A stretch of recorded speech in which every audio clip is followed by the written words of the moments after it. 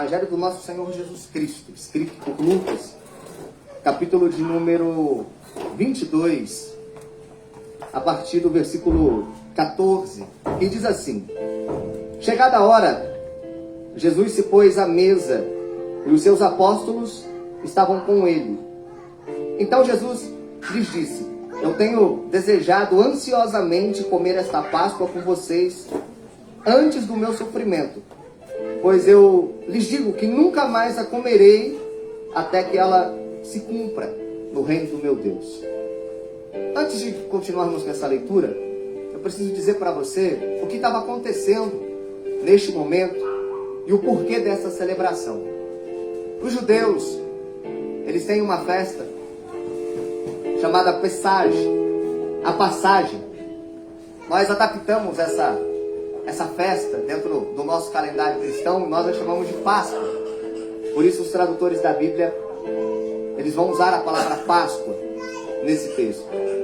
A Páscoa era uma celebração anual, onde os judeus, eles lembravam, eles tiravam um tempo de reflexão, de lembrança.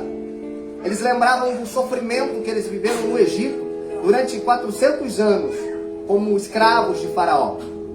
Eles se lembravam, durante a Páscoa, dos 40 anos de provação no deserto, de como eles, naquele momento de dificuldade, foram cuidados por Deus. Vinha o maná que caía do céu, a água que saía da rocha, a roupa que crescia no corpo, o mar que se abria no meio, codornas que subiam pelo deserto para que o povo pudesse se alimentar. Então, para que aquele livramento que o Senhor deu a eles fosse um memorial perpétuo, passado de pai para filho, todos os anos eles celebravam a Páscoa, a passagem. E algumas orientações foram dadas pelo próprio Deus para que acontecessem e fossem observadas durante aquela festa. E uma das observações mais importantes é o que eles poderiam comer. E durante aquela festa, não tinha ovo de chocolate. Durante aquela festa, eles eram obrigados a comer cordeiro, assado. Mas não as partes boas do cordeiro. Tudo. Gostando ou não gostando. Eles tinham que ingerir o cordeiro inteiro. A família tinha que devorar o cordeiro.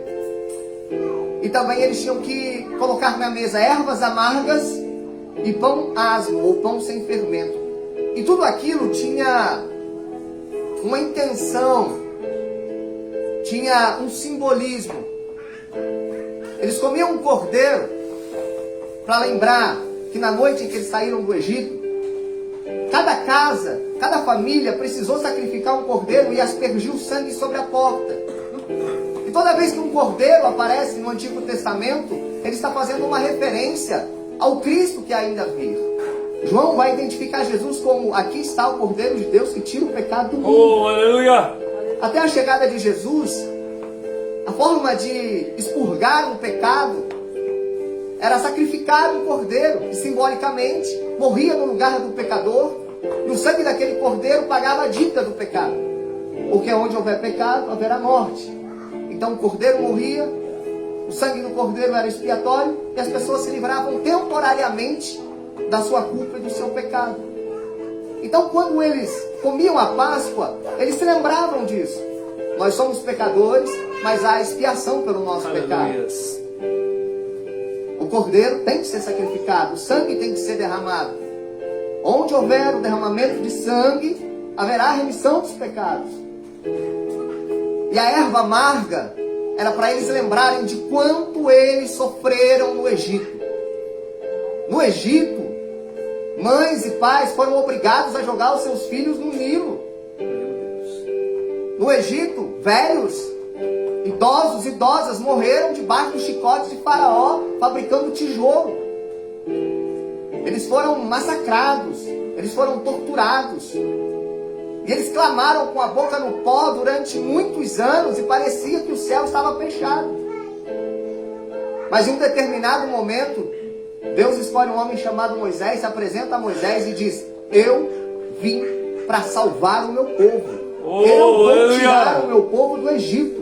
Eu vou cumprir a promessa que fiz a Abraão. Você vai até Faraó, vai dizer: liberta o meu povo e eu vou conduzir vocês a uma terra boa que mana leite e mel. Glórias a Deus. Mas até esse momento chegar, muita lágrima foi derramada. Muita dor foi sentida. O lombo foi rasgado pelo chicote. E tantas pessoas foram dormir com os olhos embevecidos de lágrimas, com o sentimento de que Deus não as estava ouvindo. Mas Deus estava. E Deus tinha um plano para libertá-los. Eles foram libertos. Mas Deus queria que as gerações futuras se lembrassem. Um dia os nossos antepassados sofreram. E no meio do sofrimento eles clamaram. E Deus veio do céu para livrá-los, com um forte braço estendido. Santo é o teu nome, Jesus. E o pão sem fermento, o pão asmo, era um pão sovado, um pão sem crescimento, um pão que não era muito agradável para se alimentar dele. Mas era um pão que lembrava o povo que eles eram escolhidos, eles eram separados, eles eram o povo de Deus, eles eram um povo santificados. E a própria Bíblia vai dizer que um pouco de fermento leveda toda a massa. Então era Deus lembrando eles: vocês são separados. E a separação, ter que viver a separação, dói. Você tem que abrir mão de coisas que você queria. Você tem que renunciar a coisas que você desejava. O discipulado é uma tarefa árdua. Jesus disse: quem quiser vir após mim, tome a sua cruz. Carregar a cruz não é legal.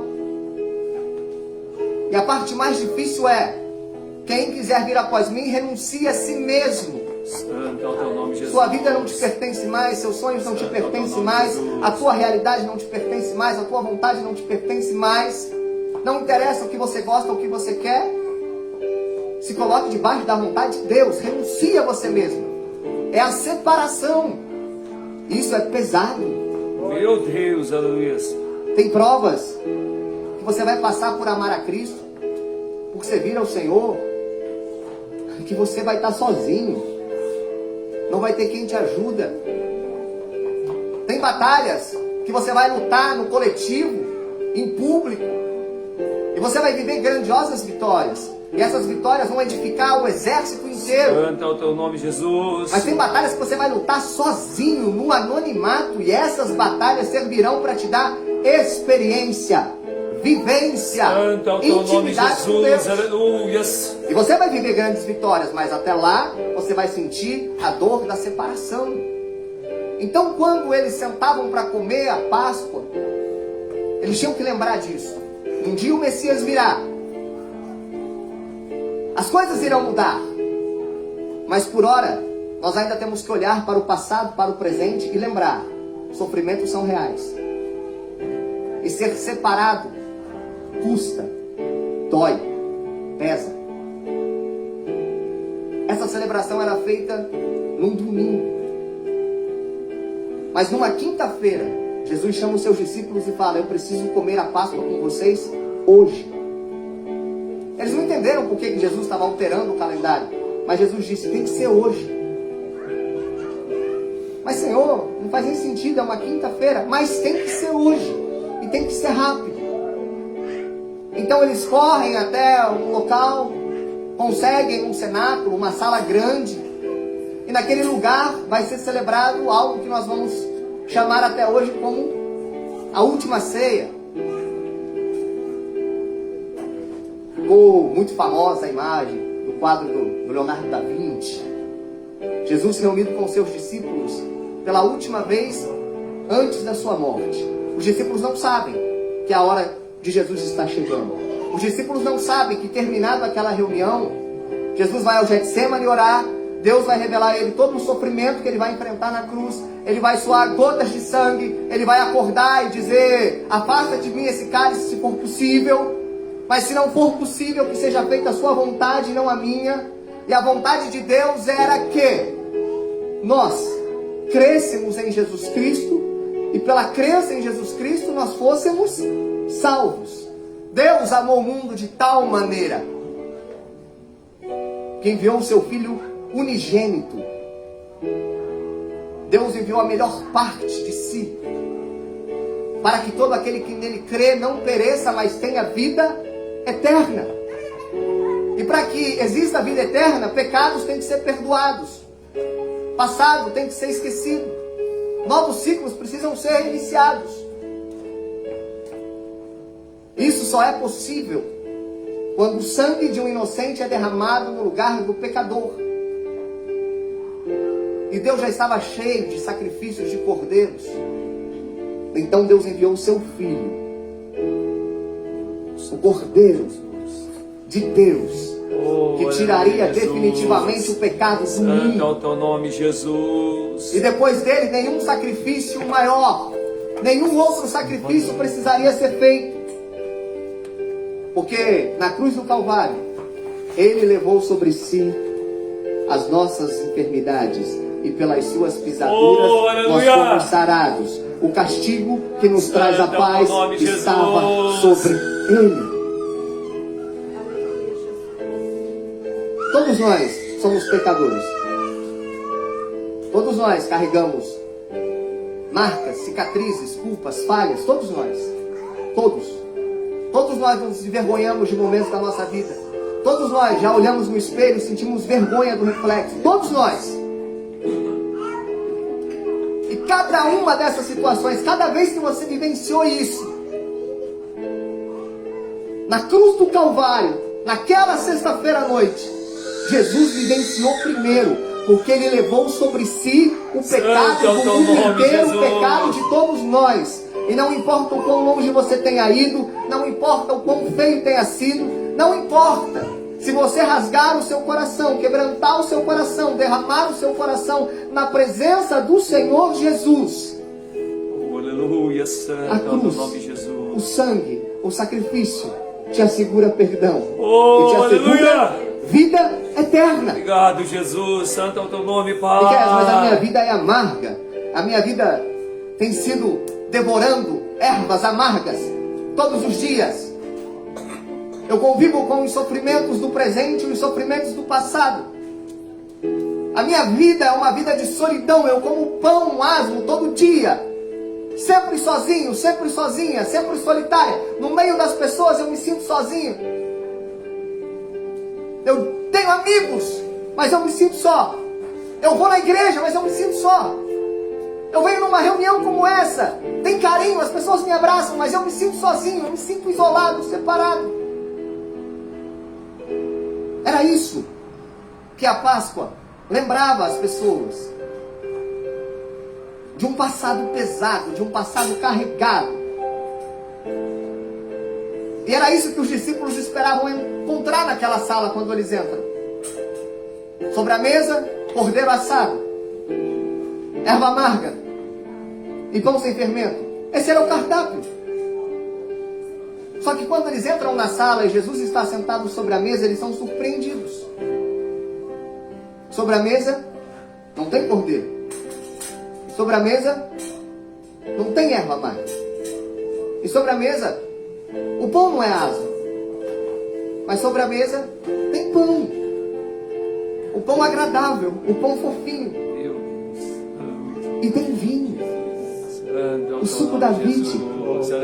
E eles não entendem nada. O que é isso que está acontecendo? Jesus mudou o calendário. Jesus mudou a regra da celebração. E agora Jesus está mudando o cardápio. Há milhares de anos a nossa celebração não muda. Nós comemos sempre a mesma coisa. Por que é que Ele está mudando tudo agora? E aí o texto continua dizendo: pegando o cálice, depois de ter dado graças, disse: peguem, repartem entre vocês, pois eu digo a vocês que de agora em diante não mais beberei do fruto da videira até que venha o reino de Deus.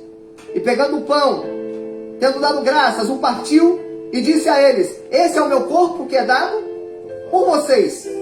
A partir de agora, comam do pão em memória de mim. E do mesmo modo, depois de cear, ele pegou o cálice e disse: esse cálice é a nova aliança, aliança feita no meu sangue que será derramado por vocês. A Bíblia nós vamos encontrar o pão simbolizando sustento, reforço, força, vigor. Jesus dizia: eu sou o pão vivo que desceu do céu. Oh, aleluia! Santo é o teu nome, Jesus. Pão vivo era um pão feito com grãos germinados. E se acreditava que aquele tipo de pão tinha um valor energético especial. E aquele pão era servido para enfermos, servido para mulheres grávidas e servidos para soldados que estavam voltando da guerra. E as pessoas diziam: como isso é o pão vivo? Ele vai te dar sustância, ele vai te dar energia, ele vai restabelecer a sua saúde. Jesus olha para as pessoas e fala: eu sou o pão vivo que desceu do Aleluia, céu. Jesus, santo é o teu nome. E agora ele pega o pão da graça, parte e diz: esse corpo, o meu corpo vai ser partido por vocês, e esse pão simboliza o meu corpo. Quando vocês fizerem isso, comam em memória de mim. Digam: ele se partiu por nós. Aleluia. O pão e o cálice. O cálice, Jesus enche com vinho, ou fruto da vide, como algumas traduções da Bíblia vai dizer, suco da uva. E eles não estavam acostumados a ter vinho naquela cerimônia, porque aquela cerimônia, apesar de adoração, de celebração, de gratidão, ela era triste. Ela evocava memórias ruins. E agora tem vinho. E vinho é símbolo de alegria. Há um conselho bíblico dizendo: não vos encheis, ou não vos embriagueis com o vinho, onde há contenda, mas enchei-vos do Espírito de Deus. O excesso era danoso, isso está explícito na Bíblia. Mas em festas, em celebrações, o vinho era associado à alegria. E Jesus agora, ele substitui os elementos da mesa. Ele tira o pão, que indicava a separação, mas uma separação solitária. E ele tira as ervas amargas, que lembravam de um sofrimento. Santo é o teu E ele nome, diz: Jesus. eu estou substituindo tudo isso, eu estou fazendo nova todas as coisas. Aleluia, A partir de agora, eu Jesus. estou dando a vocês o pão. E a partir de agora eu vou estar dando a vocês o vinho. Jesus está dizendo assim: eu estou substituindo a solidão pela minha presença. Eu estarei com vocês todos os dias, até a consumação dos séculos. E ele está dizendo: eu estou substituindo os vossos sofrimentos pelo vinho da minha alegria. Comam, bebam, tenham paz. A minha paz Ele vai dar, a paz Ele vai entregar, Ele vai nos deixar como um legado, como um presente. Ele está reescrevendo a história, ressignificando as coisas. Aleluia, Jesus. Esse vinho é uma nova aliança. O meu sangue está trazendo um tempo novo, coisas novas. É um novo ciclo. O que Jesus está dizendo para aqueles discípulos, irmãos, e aqueles 12 homens que estavam sentados com ele na mesa, eles tinham histórias de vidas difíceis, eles tinham histórias de vida de tragédia, eles tinham histórias de vida de sofrimentos, eles tinham histórias com passados de guerra, de luto, de morte, de sofrimento. Tinha tudo isso ali. Jesus não escolheu pessoas boazinhas ou pessoas boas para andar com ele. Jesus apontou o dedo para os piores e disse: eu quero vocês. Porque quem precisa de remédio é quem está doente. Quem precisa ser consertado é quem está quebrado. E eu escolho cada um de vocês. E por 3 anos Jesus os preparou, Jesus os lapidou, Jesus os ensinou a perdoar, Jesus os ensinou a amar, Jesus os ensinou a orar, Jesus os ensinou a cantar. E agora naquele ápice, naquele momento, quando Jesus vai deixá-los, o seu corpo físico vai deixá-los, ele diz: o meu legado é: todas as coisas estão sendo transformadas. O passado de vocês não importa mais, o que vocês fizeram não importa mais, até onde vocês foram não importa mais, publicano não importa mais, político não importa mais, um radical não importa mais, alguém violento não importa mais. A partir de agora, vocês são meus discípulos, mas mais do que discípulos, vocês são meus servos, não mais do que servos. A partir de agora eu faço de vocês meus amigos. A minha presença vai ser o pão que sustenta vocês a cada manhã. E a minha alegria, a alegria da presença do meu Espírito, vai ser o vinho que revigora a sua alegria, Glórias mesmo a Deus, nos piores aleluia. dias da sua vida. Santo é o teu nome, Jesus. Irmão, ser cristão não vai imunizar você contra dias ruins. Não vai. Você ainda vai chorar. Queria dizer, Éder, que uma vez que você levante a sua mão e aceite Jesus como seu Salvador, todos os sofrimentos Meu Deus. se acabam. Não é verdade. Você ainda vai chorar. Você ainda vai viver o luto. Você ainda vai viver as lágrimas. A diferença é que você tem para onde olhar. A diferença é que você tem em quem se agarrar. Meu A diferença é que você tem alguém que vai te sustentar. Oh, aleluias. A diferença é que, embora a sua noite possa, condicional, ser toda pontuada por lágrimas, o choro pode durar uma noite. É condicional, é uma possibilidade. Não sei quanto tempo vai durar, pode durar a noite inteira. Mas a alegria, e aqui é o objetivo, Meu Deus. aqui é uma afirmação, a alegria vem pela manhã. Oh, Você aleluia! ainda vai ter noites de choro? Vai, mas com certeza a presença de Jesus vai assegurar para você manhãs de alegria. Glórias a Deus, aleluias. Quando a minha mãe estava na UTI, minha mãe entrou na UTI no dia 5 de novembro. E no dia 17, no dia 21, ela partiu para a glória, para descansar com o Senhor. Os médicos começaram a suspender alguns medicamentos. Não tinha mais o que fazer. E meu irmão, o pastor Lucas, que está lá na Espanha hoje, ele acabava sendo a nossa ponte, era ele que estava mais presente ali. E ele foi chamado para conversar com o médico. E o médico disse, olha, a gente vai começar a suspender os medicamentos.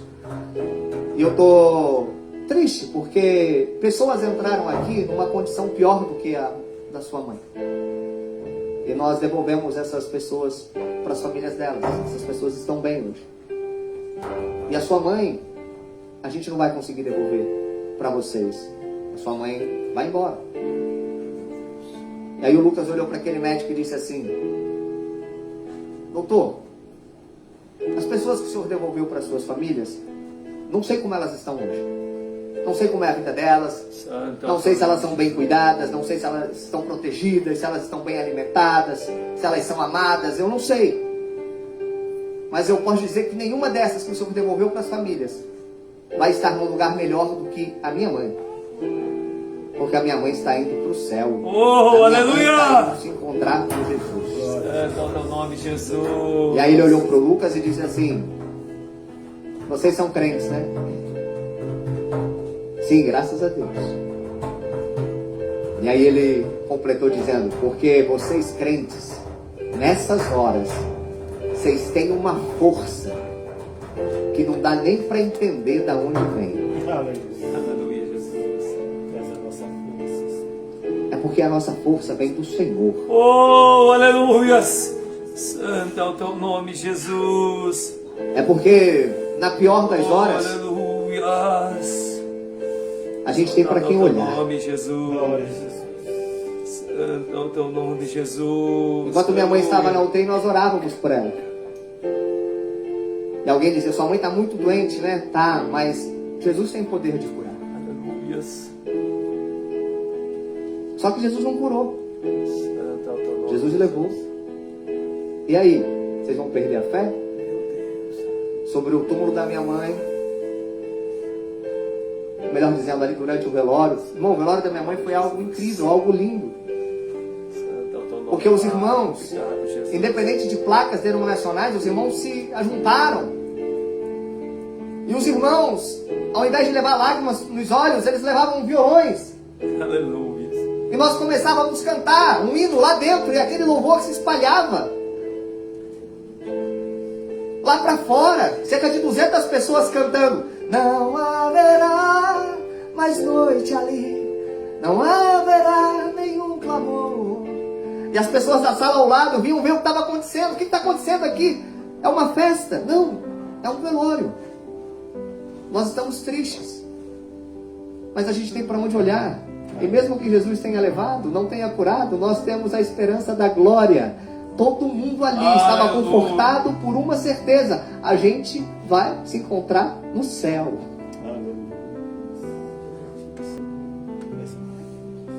Eu fui o último a falar com a minha mãe. O último. E eu sabia que ela não ia voltar, irmãos. E eu disse para ela: mãe, quando eu for acordar, nós vamos estar todos lá. Todos. Eu sempre digo para os meus irmãos: a gente precisa se esforçar muito para, naquele dia, eu poder cumprir essa promessa que eu fiz para ela. Nós vamos estar lá, porque ela chegou primeiro. Meu pai foi o penúltimo a falar com ela. E meu pai disse assim para mim um dia: eu tenho uma missão com a sua mãe.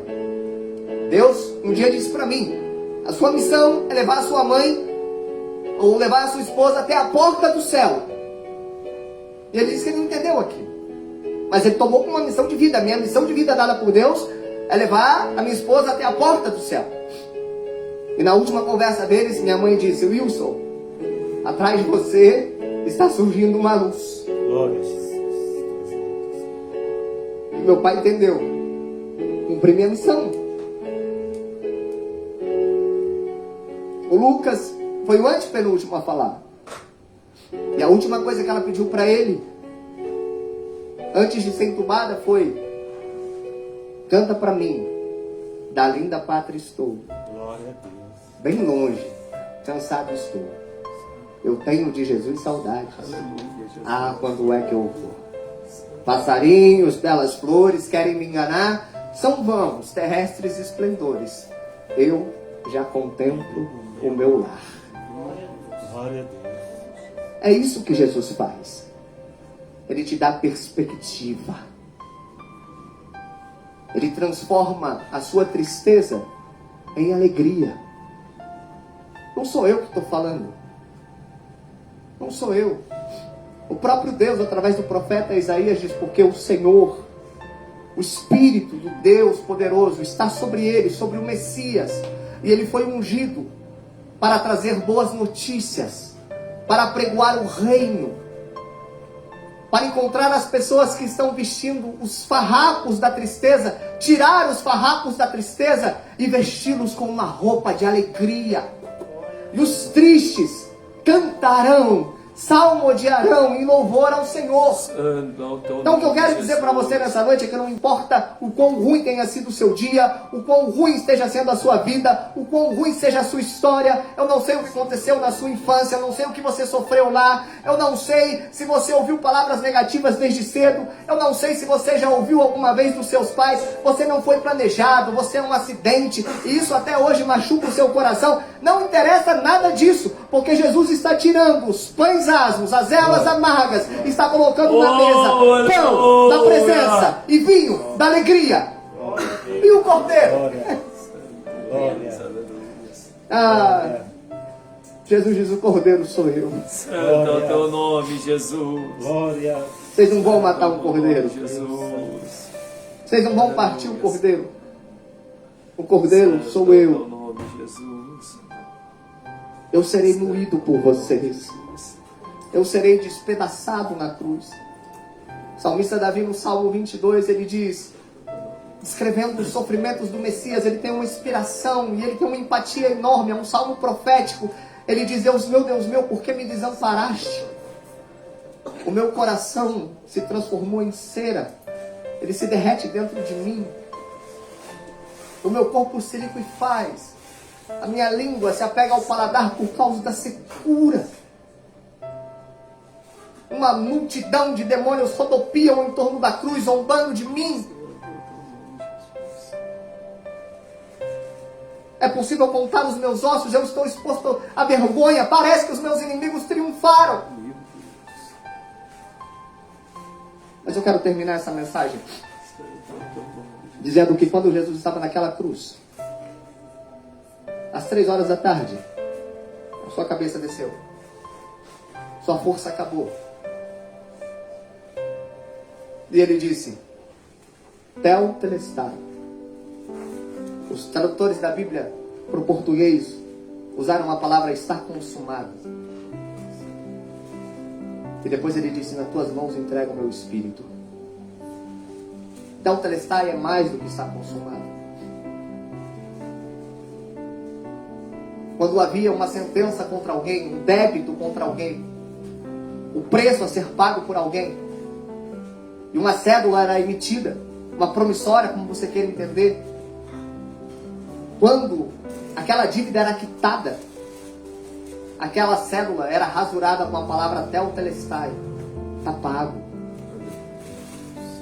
não deve mais nada, acabou a dívida. O salário do pecado é morte. Nós pecamos, nós estamos endividados diante do credor. Aí Paulo vai dizer, ele pegou a cédula que havia contra nós nos seus intentos. Santo é o Ele teu atirou nome, da Jesus. mão do credor e ele a fixou na cruz. E naquele momento, Deus, que não suporta o pecado e não pode habitar na esfera de pecadores, olha para a cruz e Jesus dá o brado, está pago, Aleluia, acabou. Jesus. A dívida está paga, eles estão perdoados, vidas serão mudadas, passados serão esquecidos, feridas serão cicatrizadas, o sangue vai parar de jorrar deles, porque o meu sangue vai curá-los.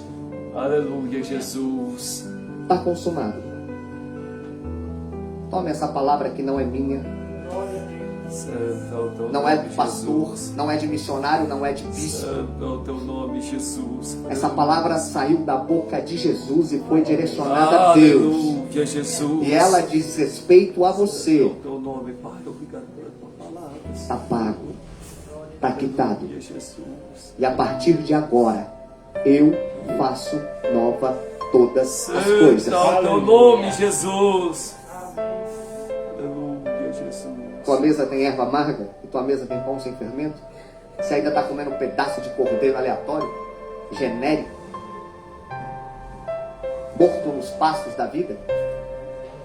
Pois Jesus está convidando você para a mesa dele, Aleluia, Jesus. aonde está sentado o Cordeiro de Deus, e na mesa dele tem vinho, e na mesa dele Oh, tem pão. aleluia. Na mesa dele tem perdão, na mesa dele tem presença, na mesa dele tem honra e na mesa dele tem alegria. Basta você aceitar o convite em nome de Jesus. Amém? Aleluia. Glória a Deus.